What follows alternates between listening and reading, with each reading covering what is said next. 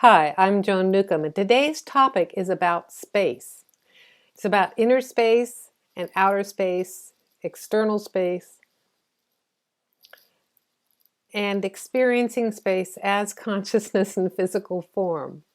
I just got off my radio show with my co-host Janet, and she and I are energy empaths. We are energy workers, and we have a completely different perspective of energy. Janet doesn't have any boundaries, and she likes that. That is a defining thing for her, is to not have boundaries. And when you're operating in the realm of consciousness, there is no boundaries. There are no time or space. So you're in this really expansive, everything is one.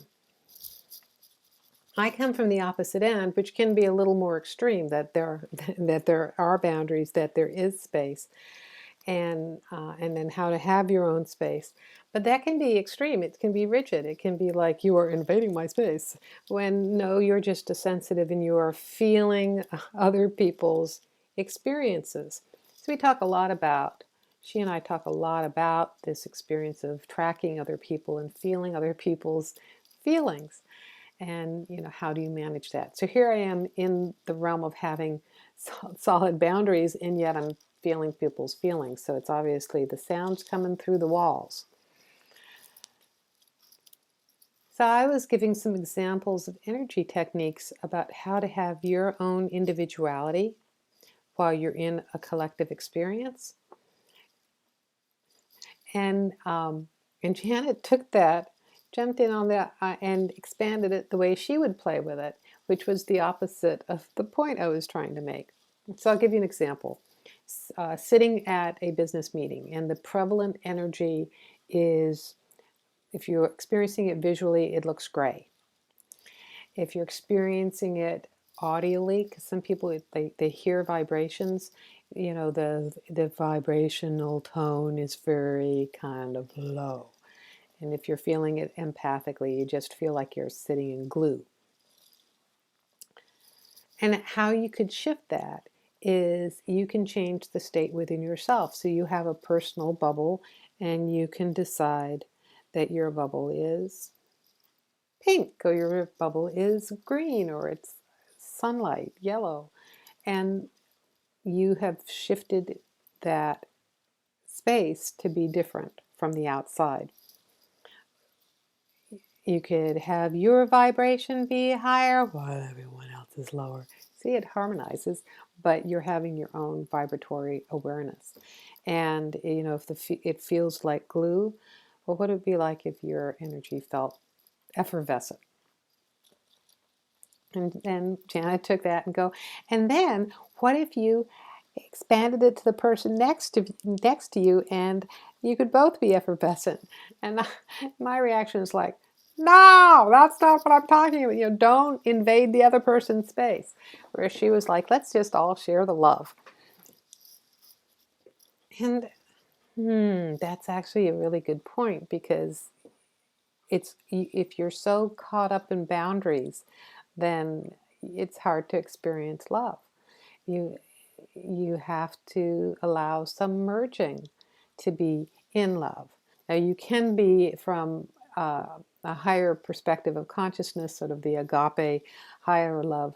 You can love the world and be in love with the world and not be merging with the world. Many codependents have learned the hard way about not merging with their loved ones that are engaged in addictive behaviors, so you don't want to merge with the insanity. Many years ago, I was a church secretary for the United Methodists, and in that church, they had a halfway house for people from the local recovery centers. And so it had all sorts of people in early stages of recovery wandering through. And I made the mistake of trying to change the energy in the church one day by expanding my aura. It's very uncomfortable. You expand yourself to try to change the energy, and you feel everybody's stuff. So there's a different thing. You can be aware of your bubble, and you can imagine the room outside to be at a brighter vibratory level. You can bring sunlight down through something to shift the energy, and then it's not you expanding yourself to shift the energy in that way. You can stay contained. As consciousness, we are everything. As consciousness, we are creating this hologram moment to moment. As consciousness, we are no time or space, and have created this world, this realm of dichotomies, the realm of opposites, opposites of that sense of unified consciousness, of oneness and oneness and unified are actually limiting. Consciousness is bigger than that. And we are experiencing it through the physical bodies that we have as consciousness created. And so therefore we're experiencing individual reality this way. And that's the fun thing about being in here, experiencing the reality, and also that we can experience it differently than other people. So there's no good or bad about space or being in space. Often, you might feel like your space is being invaded by someone, and really you're empathically picking up their emotional reality. I had that happen once where I was sitting in a meeting and somebody came in, and I immediately, God, I just felt terrible. They sat down. It's like, I almost like, why are you beating me up energetically? And the sharing came around to them, and they said that that day was the anniversary of their mother's death. They're not beating me up. They were full-fledged grieving, and I was feeling it. It was uncomfortable to me.